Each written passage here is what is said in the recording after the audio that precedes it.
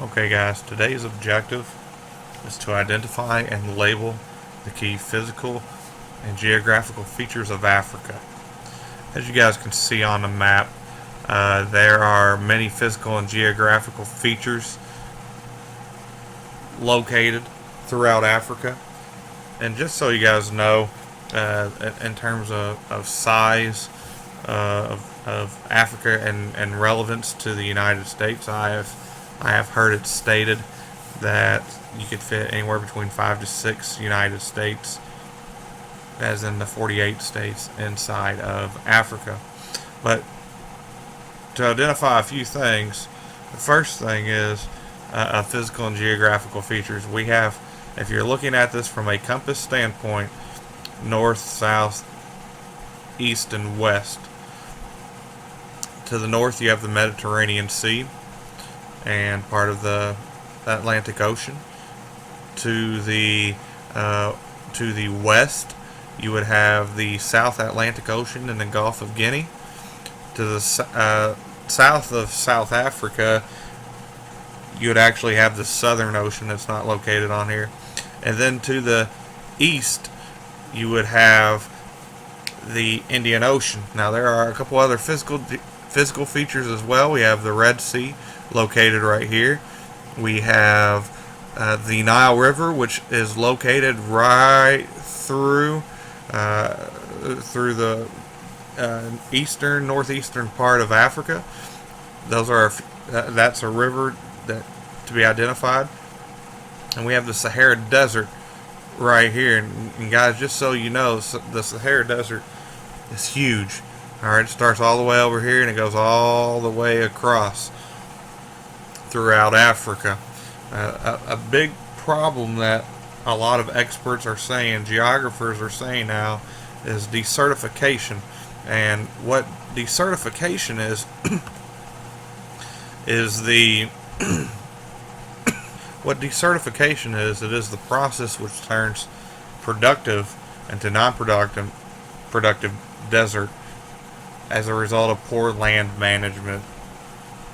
So farmers or whoever else, they had land that was really, really good, and then all of a sudden they didn't take care of the land, so now it's turned into a pretty disastrous area.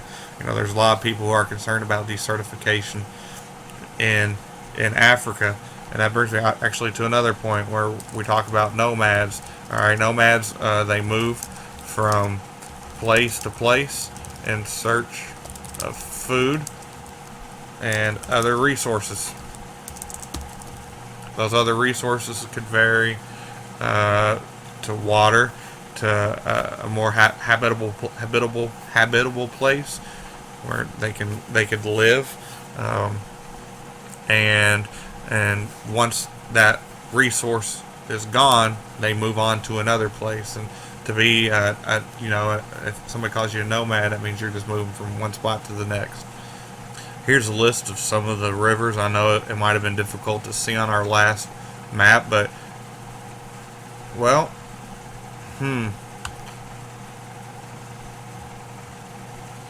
what you can see is we have the Senegal River. I apologize about that. We have the Niger River. We have Lake Chad.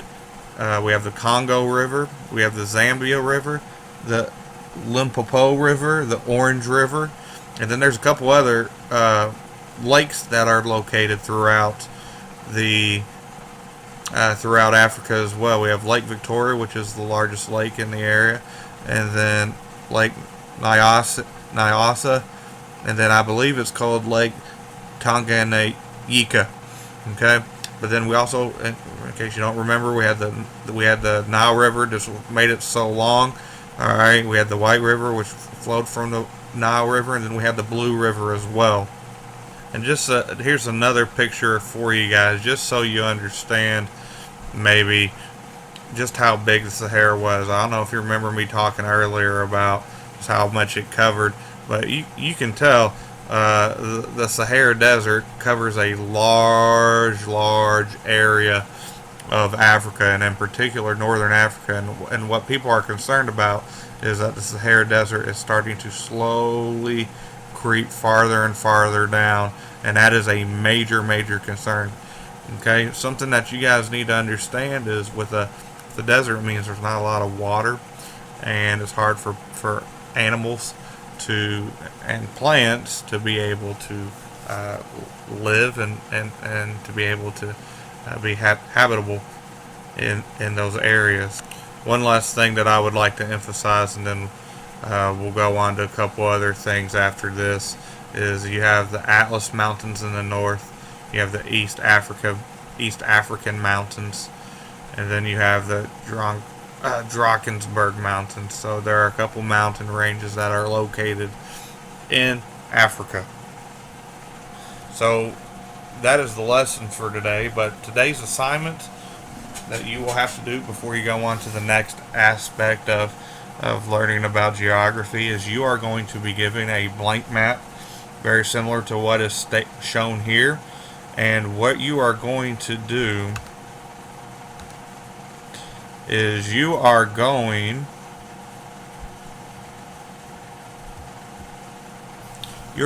to have a blank map, and you're going to identify the key physical and geographical features of Africa. Now you're going to be using multi-colors, and you're going to have to be able to label the different aspects of things. I would encourage you, if you've lost track or focus, to maybe one, review this video, or two, you can grab one of our either world geography or world history book, look in the back of the book, and it will help you label and identify the key physical and geographical features. Now what I would encourage you to do is, I talked about 3 specific mountain ranges. Okay, I talked about the bodies of water that were on the outside of Africa. That's the oceans, gulfs, seas. I would identify at least 5 rivers. I would identify the Sahel,